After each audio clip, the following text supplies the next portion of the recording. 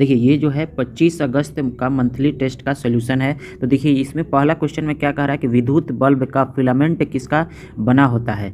Chromium, tungsten, तांबा, जस्ता। तो ये देख सकते हैं, ये है आपका इलेक्ट्रिक बल्ब, और इसमें जो ये वाला पार्ट है ये आपका होता है, ये क्या होता है? यही आपका होता है फिलामेंट। यही आपका फिलामेंट होता है। क्वेश्चन में यही पूछ रहा है कि ये जो है ये आपका किस मेटल से बना होता है, किस मटेरियल का बना होता है? तो ये आपका किसका होता है? टंगस्टन का होता है। ये किसका होता है? ये याद रखेंगे कि ये एग्जाम में काफ़ी एग्जामों में पूछा जाता है कि ये कौन सा मटेरियल होता है। तो ये कौन सा मटेरियल होता है? टंगस्टन। तो पहला का आंसर क्या हो जाएगा? बी हो जाएगा, टंगस्टन। सेकंड क्वेश्चन दूसरा कह रहा है कि राष्ट्रीय विज्ञान दिवस कब मनाया जाता है? तो ये भी आपको हाल ही में एक एग्जाम में पूछा गया था। तो ये आपका मनाया जाता है 28 फरवरी को। तीसरा क्वेश्चन कह रहा है प्लासी युद्ध का मैदान किस राज्य में है? जहाँ पर प्लासी का युद्ध हुआ था वो मैदान किस राज्य में है? तो देखिए पहले तो इसके सारा डिटेल मैं आपको बता देता हूँ कि ये जो युद्ध हुआ था ये आपका हुआ था 23 जून 1957 को हुआ था। ये कहाँ हुआ था? तो पश्चिम बंगाल में हुआ था। पश्चिम बंगाल में हुआ था। और किस नदी के किनारे हुआ है? कभी एग्जाम में पूछा जा सकता है। तो ये आपका भागीरथी नदी के किनारे हुआ है। 23 जून 1957 में हुआ है, पश्चिम बंगाल में हुआ है। किस नदी के किनारे? तो भागीरथी नदी के किनारे। अब ये किसके किसके बीच हुआ था? तो रॉबर्ट क्लाइव जो कि ईस्ट इंडिया कंपनी से लड़ रहे थे। ये जो ईस्ट इंडिया कंपनी है, ईस्ट इंडिया कंपनी जो कि ब्रिटेन की कंपनी थी, इनके तरफ से रॉबर्ट क्लाइव थे। और जो बंगाल के नवाब थे, बंगाल के क्या थे? नवाब थे कहाँ के? बंगाल के। तो नवाब के बंगाल थे सिराजुद्दौला, और रॉबर्ट क्लाइव कौन थे? ईस्ट इंडिया कंपनी की तरफ से मतलब युद्ध में लड़ रहे थे। रॉबर्ट क्लाइव और सिराजुद्दौला के बीच ये युद्ध हुआ था। तो बस आपको इतना ही सारा याद रखना है। तो इसका युद्ध आंसर क्या हो जाएगा? प्लासी युद्ध का मैदान किस राज्य में है? तो पश्चिम बंगाल में। अगला क्वेश्चन कह रहा है गांधी जी ने सत्याग्रह कहाँ से प्रारंभ किया? तो गांधी जी ने जो सत्याग्रह प्रारंभ किया था वो बिहार में चंपारण से किया था। ये कब किया था? तो 1917 में। यानी गांधी जी का पहला सत्याग्रह कौन सा था? 1917 में। भारत में पहला सत्याग्रह 1917 में कहाँ? चंपारण, जो कि बिहार में है। अगला क्वेश्चन कह रहा है श्वेत क्रांति किससे संबंधित है? तो श्वेत क्रांति किससे संबंधित है? तो ये आपका श्वेत जो होता है दूध होता है, तो दूध से श्वेत क्रांति संबंधित है।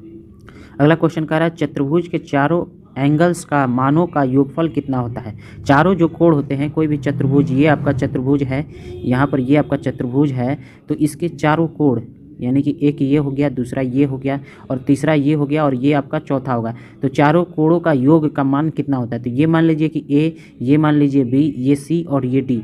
तो a plus b plus c plus d ये कितना होता है? ये आपका होता है 360 डिग्री। तो इसका आंसर कितना हो जाएगा? C option, 360 degree. अगला क्वेश्चन कह रहा है डीजल इंजन का आविष्कार किसने किया? तो डीजल इंजन का आविष्कार किसने किया? रोडोल्फ डीजल ने डीजल इंजन का आविष्कार किया। तो इसके लिए उन्होंने जो है पेटेंट लिया था। मतलब पेटेंट कब लिया था? तो 1892 में उन्होंने पेटेंट, यानी कि ये जो डीजल इंजन है ये इनका आविष्कार इन्होंने ही किया है। ये सरकार से मतलब सरकारी तौर पर एक तरह से कह सकते हैं ये अपने नाम कराया 1892 में। लेकिन जो है 1895 में पहला डीजल इंजन बनकर तैयार हुआ।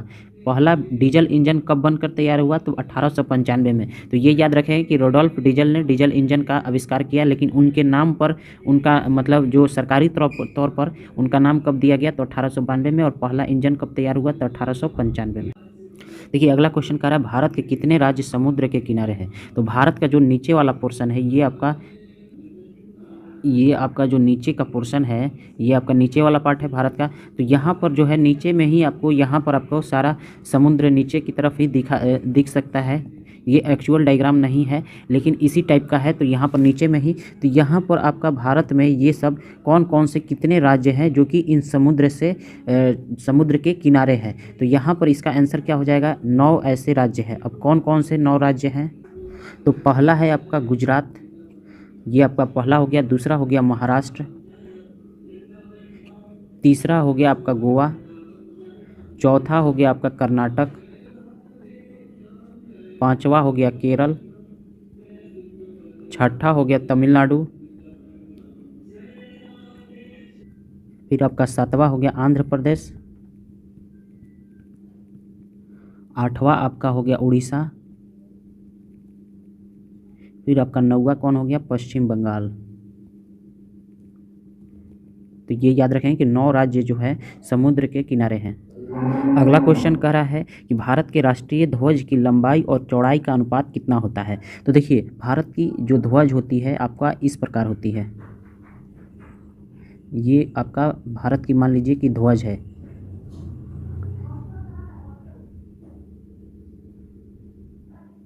तो ये आपका राष्ट्रीय ध्वज हो गया। इसका जो ये आपका हो गया, ये क्या हो गया आपका लंबाई, ये हो गया आपका लंबाई, और ये आपका क्या हो गया, ये आपका हो गया चौड़ाई। तो इनका अनुपात कितना है, मतलब एक अनुपात होगा कि ये आपका 4 है और ये आपका मान लीजिए 2 है, तो अनुपात 4 और 2 का होगा। तो इसी प्रकार जो भारतीय राष्ट्रीय ध्वज है इसका अनुपात कितना है, तो इसका अनुपात कितना है, 3:2। 3:2 यानी कि लंबाई अगर 3 है तो चौड़ाई कितना होगा, चौड़ाई होगा 2। यानी कि अगर मान लीजिए कि लंबाई अगर 12 करते हैं तो 3 चौके 12, ये आपका 4 गुना हुआ है, 3 चौके 12, तो इसको भी आपको 4 गुना ही रखना पड़ेगा, यानी कि 2 चौके 8, यानी कि इस अनुपात में ही रहेगा, कभी भी ये अनुपात बदलेगा नहीं। तो इसका आंसर क्या हो जाएगा, 3:2। अगला क्वेश्चन कर रहा है मिसाइल मैन किस भारतीय वैज्ञानिक को कहा जाता है। तो मिसाइल मैन किसको कहा जाता है, APJ अब्दुल कलाम। अगला कह रहा है कि ऑस्ट्रेलिया की राजधानी कहाँ है। तो ऑस्ट्रेलिया की राजधानी कहाँ है, कैनबेरा। याद रखिए कई बार पूछा जा चुका है एग्जाम में भी, ऑस्ट्रेलिया की राजधानी कहाँ है, कैनबेरा। तो देखिए यहाँ कह रहा है कि सूरत किस नदी के तट पर स्थित है। तो इसका आंसर क्या हो जाएगा, ताप्ती। ताप्ती नदी के किनारे कौन सा शहर है, सूरत है। जैसे बनारस शहर, बनारस जो है ये किस नदी के किनारे है, तो ये आपकी गंगा नदी के किनारे है। वैसे पटना की बात करें तो ये भी आपका किस नदी के किनारे है, तो ये भी आपका गंगा नदी के किनारे है। तो उसी प्रकार है सूरत, सूरत किस नदी के किनारे है, तो ये आपकी तापी नदी यानी कि ताप्ती नदी के किनारे है। अगला क्वेश्चन है मुगल साम्राज्य का संस्थापक कौन था। तो मुगल साम्राज्य का संस्थापक कौन था, ये था आपका बाबर। और कब स्थापक किया था, तो ये आपका 1526 में। तो मुगल साम्राज्य का संस्थापक बाबर और 1526 में। अब बात आ जाता है सहारा मरुस्थल कहाँ है। तो ये आपका कहाँ है, अफ्रीका में है। और ये मरुस्थल होता क्या है, तो मरुस्थल क्या होता है, गर्म जगह, गर्म जगह होता है। तो ये जो सहारा मरुस्थल है ये सबसे गर्म जगह है और ये है कहाँ, अफ्रीका में है। यहाँ पर कोई पानी वानी मतलब खाने पीने का सामान नहीं, मतलब केवल बालू ही बालू होती है। अब अगला क्वेश्चन कहता है राष्ट्रपति को शपथ कौन दिलाता है। तो राष्ट्रपति को जो शपथ होता है ये आपका सर्वोच्च न्यायालय का मुख्य न्यायाधीश आपको राष्ट्रपति का शपथ दिलाता है। लेकिन जब ये मुख्य न्यायाधीश जो सर्वोच्च न्यायालय के मुख्य न्यायाधीश हैं इनको शपथ कौन दिलाता है, तो इनको जो है प्रेसिडेंट यानी कि राष्ट्रपति शपथ दिलाते हैं। अगला क्वेश्चन है भारतीय खेल दिवस किस दिन मनाया जाता है। तो ये हर वर्ष 29 अगस्त को राष्ट्रीय खेल दिवस मनाया जाता है। अब बात आती है कि ईडन गार्डन मैदान कहाँ स्थित है। तो ईडन गार्डन एक तरह का मैदान है जहाँ पर क्रिकेट खेला जाता है और ये मैदान कहाँ स्थित है, तो ये आपका मैदान जो है कोलकाता में स्थित है। अब बात आती है पंचतंत्र पुस्तक के लेखक कौन है। जो पंचतंत्र किताब है इसके लेखक कौन है, तो इसके लेखक कौन है, विष्णु शर्मा। पंचतंत्र किताब के जो लेखक हैं विष्णु शर्मा हैं। अब बात आती है कि बेसबॉल में प्रत्येक पक्ष में कितने खिलाड़ी होते हैं। बेसबॉल में आपको 2 टीम होगा, एक टीम मान लीजिए 2 टीम है, ये एक टीम ये दूसरा टीम। तो इसमें प्रत्येक में कितने खिलाड़ी होंगे, इसमें कितने खिलाड़ी होंगे और इसमें कितने खिलाड़ी होंगे, मतलब एक एक में कितने। जैसे क्रिकेट में होते हैं तो क्रिकेट में प्लेयर होते हैं, मतलब भारत के लिए 11 प्लेयर खेलते हैं, ऑस्ट्रेलिया के लिए भी 11, मतलब हर देश के लिए केवल 11 प्लेयर ही खेल सकते हैं। वैसे ही बेसबॉल में एक टीम में कितने प्लेयर होते हैं, तो यहाँ पर आंसर हो जाएगा 9। अब अगला क्वेश्चन कहता है कि अहमदाबाद शहर किस नदी के किनारे बसा हुआ है। तो अहमदाबाद जो है ये गुजरात का एक शहर है और ये जो है आपका साबरमती यानी कि ऑप्शन नंबर बी साबरमती नदी के किनारे बसा हुआ है। देखिए अगला क्वेश्चन कह रहा है कि जो यहाँ पर द्रव्य लिखा गया है, यहाँ पर पदार्थ की कितनी अवस्थाएं होती हैं, how many state of matter. तो इनकी जो है जो 3 अवस्थाएं होती हैं, ये होती है सॉलिड, लिक्विड और गैस। अभी 2 अवस्था और खोजी गई हैं, ये है आपका प्लाज्मा और एक है आपका बोस EIN THIN। ये आपकी 2 अवस्थाएं अभी और खोजी गई है, लेकिन अभी जो बेसिकली 3 ही अवस्था है, सॉलिड, लिक्विड और गैस।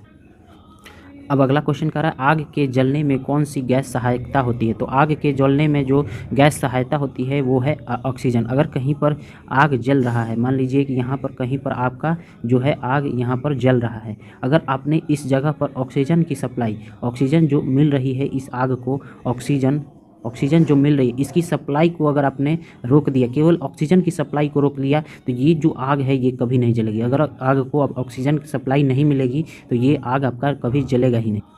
इसीलिए कहा जाता है कि जब कभी भी कहीं भी आग लगे तो पानी वहाँ पर नहीं फेंकना चाहिए। क्या फेंकना चाहिए? बालू सबसे अच्छा सोर्स है। पानी को फेंकना है तो फोर्स से फेंकिए, ऐसे आपको, क्योंकि वाटर में क्या होता है H2O, यानी कि यहाँ पर ऑक्सीजन भी होता है, तो इसीलिए बालू फेंकने से आग जो है जल्दी बुझता है। अगला क्वेश्चन कह रहा है कि विद्युत बल्ब में कौन सी गैस भरी जाती है। जो हमारा ये आपका अभी मैंने आपको दिखाया था, ये आपका जो है बल्ब है, इसमें जो फिलामेंट मैंने बताया था कि इसमें फिलामेंट होते हैं, ये आपके इस प्रकार से ये आपके क्या हो गए? फिलामेंट हो गए। लेकिन इसके अलावा इसमें एक गैस भरी जाती है, ये आपकी गैस है, इसमें आपकी गैस भरी जाती है। तो ये कौन सी गैस होती है यही पूछ रहा है। तो ये आपकी दो प्रकार की गैसें भरी जाती है, या फिर यहाँ पर नाइट्रोजन भरें या फिर आर्गन, इन्हीं दो में से गैस को इसमें जो बल्ब में भरा जाता है। तो ऑप्शन के अनुसार हमारा क्या दिया गया है? यहाँ पर नाइट्रोजन दिया गया है, तो हमारा क्या हो जाएगा? नाइट्रोजन सही। अगला क्वेश्चन कह रहा है चाल का मात्रक है, what is the unit of speed. तो स्पीड की मात्रक क्या है? मीटर पर सेकंड। तो इसका आंसर क्या हो जाएगा? बी, मीटर पर सेकंड। पायरिया रोग किससे संबंधित है? तो पायरिया रोग जो है, पायरिया कहाँ होता है? तो ये आपके मसूड़ों में, यानी कि दांत के नीचे जो दांत होते हैं, ये आपके क्या होते हैं? दांत होते हैं। इनके नीचे, इनको दांत को पकड़ने के लिए क्या बना होता है? मसूड़ा। तो इसी में आपका क्या होता है? पायरिया रोग होता है। अगला क्वेश्चन कह रहा है कि इनको इसका जो है मान ज्ञात करना है। तो हमारा क्या दिया गया है? 7/8 दिया गया है, -2/3 दिया गया है, और प्लस दिया गया है आपका 5/4। तो यहाँ पर इसका हम एलसीएम ले लेंगे, तो यहाँ पर आ जाएगा 8, तो यहाँ हो जाएगा 7, सॉरी एलसीएम जो है ये 24 होगा। तो 8 से इसको भाग देंगे तो 3 बार में 17 21 हो जाएगा, और -3 से 8 बार में, तो यहाँ 16 हो जाएगा। फिर यहाँ पर प्लस होगा 4 से 6 बार में, तो 6 5 कितना हो जाएगा? 30 हो जाएगा। तो बस अब इसको सॉल्व करना, तो ये दोनों को क्या करेंगे? जोड़ देंगे। तो 30 और 20 50 और 51 में से 16 गया 35 बटे कितना हो जाएगा? 24। तो इसको पूर्णांक में बदलेंगे तो यहाँ पर 1 हो जाएगा, और नीचे में कितना हो जाएगा? 24, और इसमें हम 11 जोड़ देंगे तो हमारा आ जाएगा 1.11/24 आंसर होगा। तो इसका आंसर ऑप्शन नंबर बी हो जाएगा। यहाँ पर एक पूर्णांक छूट गया, यानी कि यहाँ पर ब्रैकेट देकर 1 लगाना है, तो ऑप्शन नंबर इसका। देखिए अभी इस क्वेश्चन में कह रहा है कि 5 लड़कों की आयु क्रमशः 13 वर्ष, 15 वर्ष, 11 वर्ष, 9 वर्ष और 8 वर्ष है। इन बच्चों की औसत आयु क्या होगी? तो देखिए 5 बच्चे हैं, पहला बच्चा 13 वर्ष का है, दूसरा जो है आपका 15 वर्ष का है, तीसरा जो है 11 वर्ष का है, और चौथा जो है 9 वर्ष का है, और पाँचवा जो है ये आपका 8 वर्ष है। आपके कितने बच्चे हैं? 5 बच्चे यहाँ पर दिया गया है, और इनका क्या ज्ञात करना है? औसत आयु। तो औसत निकालने के लिए क्या करते हैं? औसत निकालने के लिए ऊपर में कुल योग करते हैं, यानी कि कुल योग, यानी कि सभी का सम करके ऊपर में लिखते हैं, और नीचे में कितने हैं नंबर, जैसे यहाँ 1 है, 2 है, 3 है, 4 है, 5 है, इस टाइप से नीचे में लिखते हैं, और ऊपर में सबको जोड़ कर लिखते हैं। नीचे में नंबर कितने हैं ये नीचे में लिखते हैं, ऊपर में सभी को जोड़ के लिखते हैं। तो यहाँ पर ऊपर में क्या लिखेंगे? 13 + 15 + 11 + 9 + 8, ये आपका ऊपर में हो जाएगा। और नीचे में क्या हो जाएगा? कितने हैं? तो 1 2 3 4 5, तो ऊपर में जोड़ेंगे तो ये हो जाएगा आपका 13 और 15, ये हो जाएगा 28, 28 और 1 29 और 10 39, 39 और 9 कितना होता है? 48, और 8 48 होता है, 39 9 और 8 कितना? 56, 56 बटे कितना हो जाएगा? 5 हो जाएगा। इसको हम पूर्णांक पे बदलेंगे तो यहाँ आ जाएगा 1 एक बार में कटेगा, और ये 6 भी आपका एक बार में कटेगा, तो यहाँ पर 11 × 5 = 55, और ऊपर में 1 बच गया, यानी कि 11.1/5 हो जाएगा। इसका आंसर ऑप्शन नंबर बी सही। अब देखिए अगला क्वेश्चन कह रहा है 8 लगातार सम संख्याओं का औसत क्या होगा। तो देखिए 2 प्रकार के संख्याएं होती है, एक होता है सम और एक होता है विषम।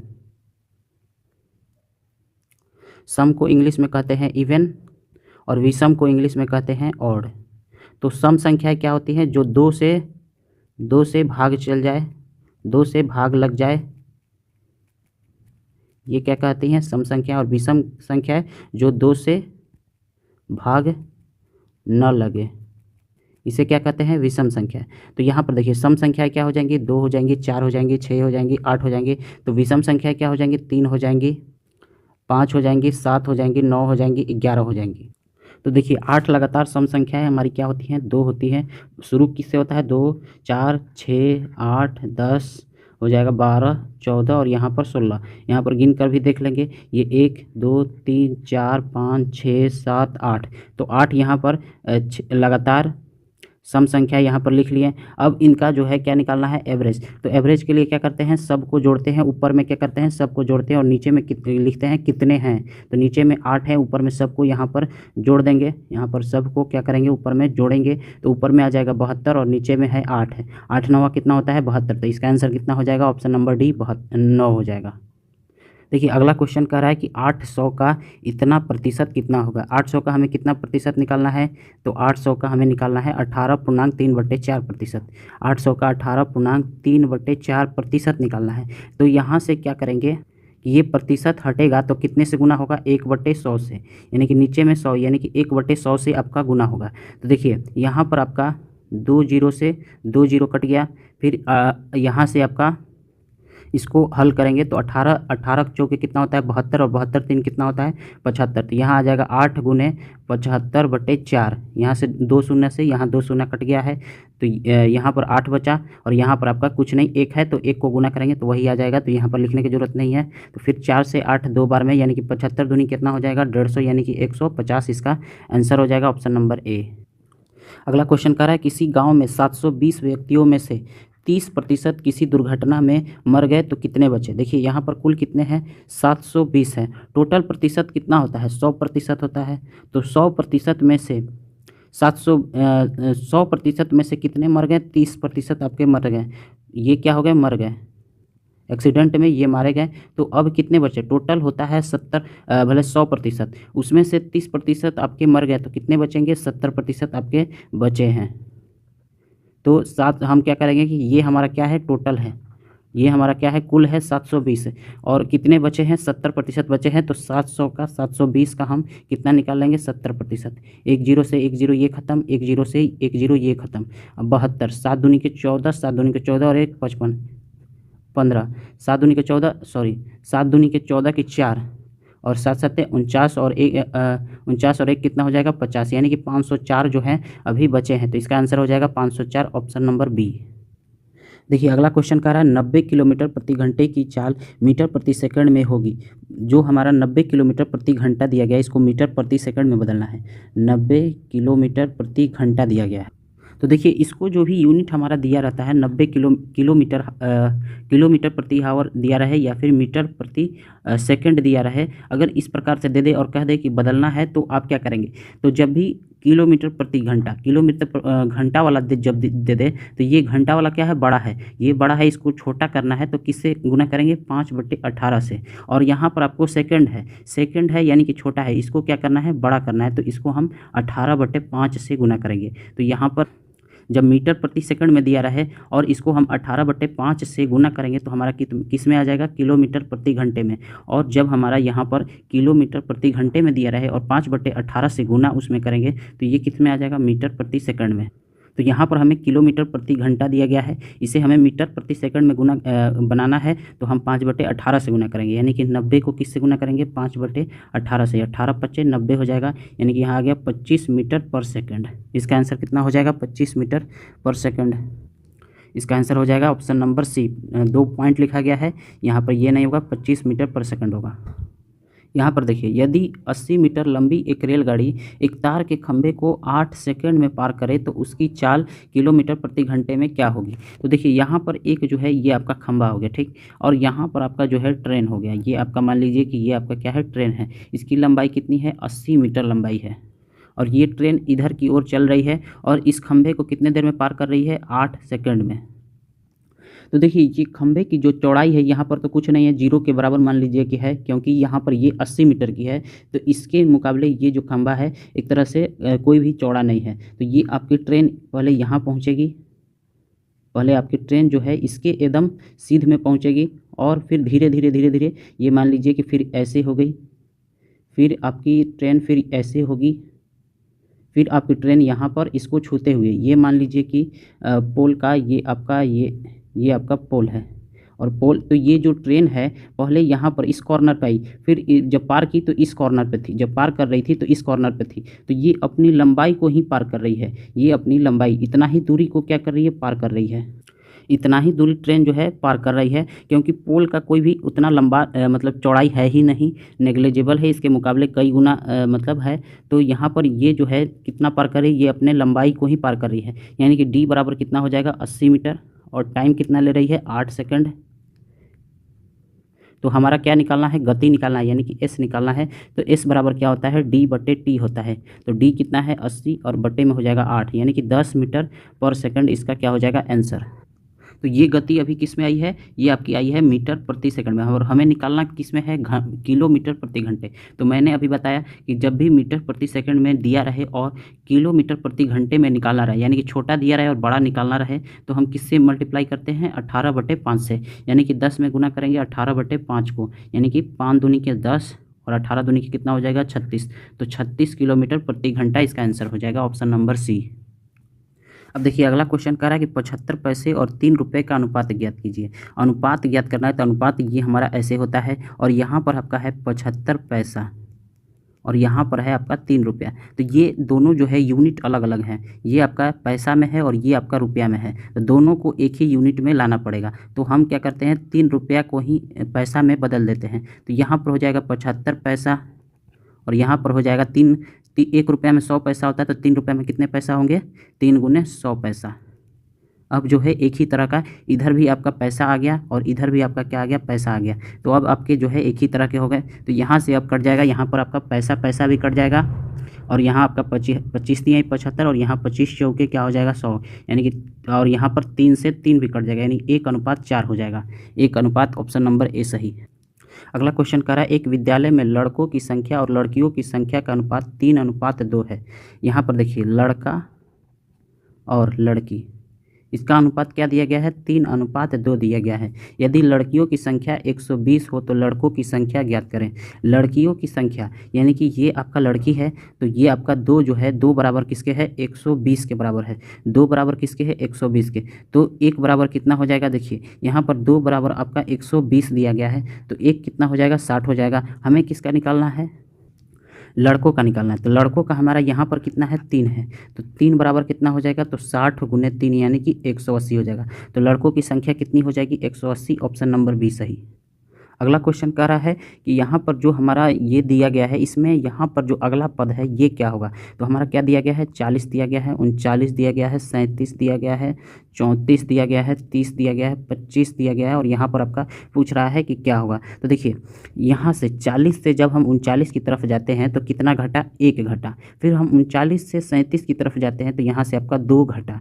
फिर 37 से 24 की तरफ जाते हैं तो यहाँ से आपका 3 घट जाएगा। फिर 34 से 30 की तरफ जाते हैं तो यहाँ से आपका 4 घटेगा, और 30 से जब 25 की तरफ जाते हैं तो यहाँ से आपका कितना घटा, 5। तो अगला कितना घटेगा, तो ये आपका घटेगा 6, यानी कि 25 में से हम किसको घटा देंगे, 6 को, तो क्या आ जाएगा 19। तो इसका अगला सीरीज क्या होगा, 19।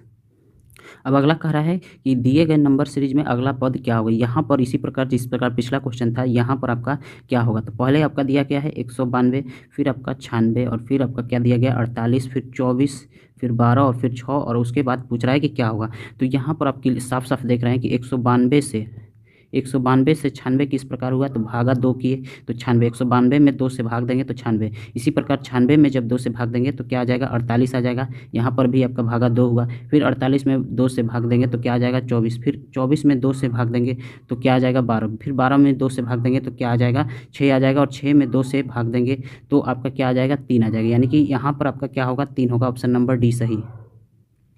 अगला क्वेश्चन कह रहा है किसी आयत की लंबाई 15 सेंटीमीटर तथा चौड़ाई 10 सेंटीमीटर है तो उसका परिमाप ज्ञात करें। तो देखिए ये आपका क्या हो गया, आयत हो गया, ये आपका आयत हो गया। इसका जो लंबाई है ये आपका 15 दिया गया है, 15 सेंटीमीटर। चौड़ाई आपका कितना दिया गया है, 10 सेंटीमीटर। लंबाई और चौड़ाई दिया गया है। तो यहाँ पर आपका क्या पूछ रहा है, परिमाप पूछ रहा है। तो परिमाप परिमाप या फिर इंग्लिश में इसको क्या कहते हैं, पेरीमीटर कहते हैं। तो इसका फॉर्मूला क्या होता है, 2 गुने L प्लस B। L मतलब लंबाई और B मतलब चौड़ाई। तो यहाँ पर 2 गुने 15 प्लस 10 करेंगे तो 2 गुने कितना हो जाएगा, 25। तो यहाँ से आपका आ जाएगा 50। इसका आंसर कितना हो जाएगा, 50 सेंटीमीटर। अगला क्वेश्चन कह रहा है यदि किसी वर्ग की एक भुजा की लंबाई 5 मीटर है तो वर्ग का क्षेत्रफल कितना होगा। ये आपका जो है वर्ग है, इसकी एक भुजा की लंबाई कितनी है, 5 सेंटीमीटर। तो इसका क्या निकालना है, क्षेत्रफल। तो वर्ग का क्षेत्रफल कितना होता है, क्षेत्रफल यानी कि एरिया, ये होता है ए का स्क्वायर। और ए क्या होता है, किसी भी एक जो एक भुजा की लंबाई। तो एक भुजा की लंबाई कितनी है, 5, यानी कि 5 का स्क्वायर कितना हो जाएगा, 25 सेंटीमीटर स्क्वायर। इसका आंसर कितना हो जाएगा, 25 सेंटीमीटर स्क्वायर। अगला क्वेश्चन कह रहा है 343 का घनमूल ज्ञात करें। तो 343 का घनमूल यानी कि 343 और यहाँ हो जाएगा घनमूल, यानी कि अंदर में आपको कोई एक ऐसा अंक चाहिए जो कि 3 बार लिखा होगा तो बाहर में 1 बार निकलेगा। तो यहाँ पर जब 343 को इस प्रकार से तोड़ेंगे तो ये आएगा 7 गुने 7 गुने 7। ये आपको याद भी रख लेना है कि 343 किसका घनमूल है, तो 7 का। तो यहाँ पर आपका निकल के आ गया 7। तो इसका आंसर कितना हो जाएगा, 7, ऑप्शन नंबर ए। अगला क्वेश्चन कह रहा है कि 15 मजदूर किसी काम को 6 दिनों में पूरा करते हैं तो 18 मजदूर उसे कितने दिनों में पूरा करते हैं। तो देखिए 15 जो मजदूर है ये कितने दिनों में करते हैं, तो गुना हो जाएगा 15 गुने कितना, 6 दिनों में। तो 15 गुने 6 और किसी काम को यानी कि कोई एक काम को तो गुने हो जाएगा 1 और कितने का पूछ रहा है, 18। तो 18 मजदूर का पूछा है तो 18 गुने x लिख देंगे और ये भी उसी काम को, यहाँ पर जो एक काम हो रहा था उसी काम को ये भी करना है। तो बस यहाँ से आपको x निकाल लेना है। तो यहाँ से आपका हो जाएगा 6 से ये कट जाएगा 18 3 बार में और 3 से 15 कट जाएगा 5 बार में। तो x बराबर क्या हो जाएगा, 5। तो देखिए यहाँ पर क्या होगा कि 15 मजदूर जिस काम को 6 दिन में कर रहे थे, 18 मजदूर उसी काम को कितने दिनों में करेंगे, 5। तो इसका आंसर हो जाएगा 5। अगला क्वेश्चन आपका क्या कह रहा है कि मैं किस प्रकार का सर्वनाम है। तो ये आपका होता है निजवाचक। निजवाचक सर्वनाम वो होता है जो जहाँ पर भी कोई कुछ लिखता है तो वो अपने खुद के लिए कुछ बोलता है तो वहाँ पर मैं लगाता है, मैं एक लड़का हूँ इस प्रकार से, तो उसे क्या कहते हैं, निजवाचक सर्वनाम कहते हैं। अब आता है काल कितने प्रकार के होते हैं। तो देखिए काल होते हैं 3 प्रकार के। कौन कौन से काल, भूतकाल, वर्तमान काल और भविष्य काल। मुख्यतः काल कितने प्रकार के होते हैं, 3 प्रकार के। तो इसका आंसर हो जाएगा 3। जिस शब्द से संज्ञा या सर्वनाम की विशेषता होती है वह शब्द कहलाता है। तो इसे कहते हैं विशेषण। ऐसा शब्द जो संज्ञा या सर्वनाम की विशेषता को बताता है उसे क्या कहते हैं, विशेषण कहते हैं। जैसे यह कपड़ा अच्छा है, यहाँ पर संज्ञा या फिर सर्वनाम को कौन दर्शा रहा है, यहाँ पर क्या बता रहा है उसका विशेषता कि यह कपड़ा, जो कपड़ा है ये कैसा है, अच्छा है। तो ये जो कपड़ा है इसकी क्या बता रहा है, विशेषता बता रहा है कि यह कपड़ा है लेकिन कैसा है, अच्छा। तो यहाँ पर जो अच्छा है ये क्या हो जाएगा, विशेषण हो जाएगा। तो जो संज्ञा या सर्वनाम की विशेषता को बताता है उसे क्या कहते हैं, विशेषण कहते हैं। अब आता है बात जगदीश में कौन सी संधि है। तो यहाँ पर आपका व्यंजन संधि है। समास कितने प्रकार के होते हैं। तो यहाँ पर आपका होता है 6 प्रकार का। Ram has a beautiful wife, the adjective in the sentence. ये जो आपका है Ram has a beautiful wife, तो इसमें कौन सा एडजेक्टिव होता है। तो एडजेक्टिव क्या होता है, जो नाउन की विशेषता बताता है उसको हम एडजेक्टिव कहते हैं, मतलब नाउन के बारे में। तो यहाँ पर आपका किसके बारे में बता रहा है, राम के बारे में। राम के बारे में विशेषता बता रहा है कि राम की जो पत्नी है ये कैसी है, सुंदर है। कैसी है, सुंदर है। ब्यूटीफुल है यानी कि सुंदर है। अभी मैंने यहाँ पर बताया था कि जो सर्वनाम संज्ञा तो ये आपका हिंदी में था और ये आपका इंग्लिश वाला एडजेक्टिव है। तो यहाँ पर एडजेक्टिव कौन सा है, ब्यूटीफुल है। तो ऑप्शन नंबर सी सही होगा। यहाँ पर देखिए वह 1 घंटे से रो रही है, तो ये कौन सा टेंस होगा, तो ये आपका कंटिन्यूअस टेंस होगा क्योंकि अभी भी जो है रो रही है। तो यहाँ पर इसका ऑप्शन हो जाएगा option number D, present perfect continuous. यहाँ पर हो जाएगा tense. Opposite of useful, useful का अपोजिट क्या होता है। यूजफुल का मतलब क्या होता है कि जो यूजफुल है, कोई सामान है वो यूजफुल है यानी कि उपयोग योग्य है, इसको बोलते हैं यूजफुल।